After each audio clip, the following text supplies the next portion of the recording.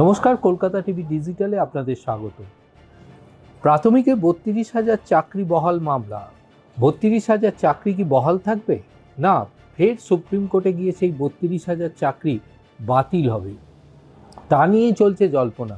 কলকাতা হাইকোর্টে প্রথম যখন মামলা দায়ের হয় তখন তৎকালীন বিচারপতি অভিজিৎ গঙ্গোপাধ্যায় 32,000 চাকরি বাতিলের নির্দেশিকা জারি করে। তার দাবি ছিল যে এই চাকরি প্রক্রিয়াতে বেআইনি নিয়োগ হয়েছে।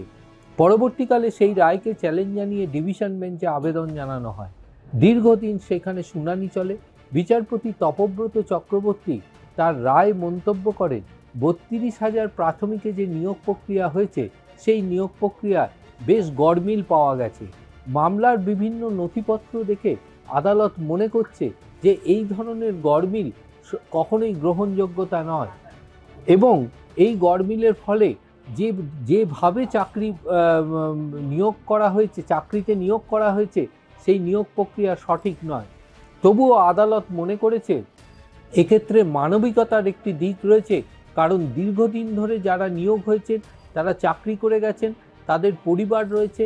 সেই বিষয়টিকে চিন্তা করে বিচারপতি তপব্রত চক্রবর্তী ডিভিশন বেঞ্চ নির্দেশ জারি করেছিলেন যে এই 32,000 চাকরি ভবিষ্যৎ কিন্তু বহাল থাকবে, অর্থাৎ তাদের চাকরিতে বহাল রাখবে।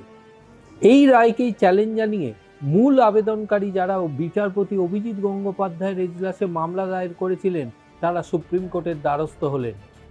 তাদের দাবি, যেহেতু ডিভিশন বেঞ্চ তার মামলার পর্যবেক্ষণে বলছেন যে এই নিয়োগ প্রক্রিয়ায় যথেষ্ট গড়মিল হয়েছে, বেআইনি নিয়োগ হয়েছে এবং বিভিন্ন নথি আদালতের সামনে এসছে, সেক্ষেত্রে কখনো মানবিক দিককে প্রাধান্য দেওয়া যায় না। তার ফলে যে যারা যোগ্য প্রার্থী তারা বঞ্চিত হয়েছেন, তাদের অধিকার থেকে তারা বঞ্চিত হয়েছেন, এমনটাই দাবি নিয়ে সুপ্রিম কোর্টে মামলা দায়ের করেছেন মূল আবেদনকারীরা, যার শুনানি আগামী সপ্তাহে হবার সম্ভাবনা রয়েছে।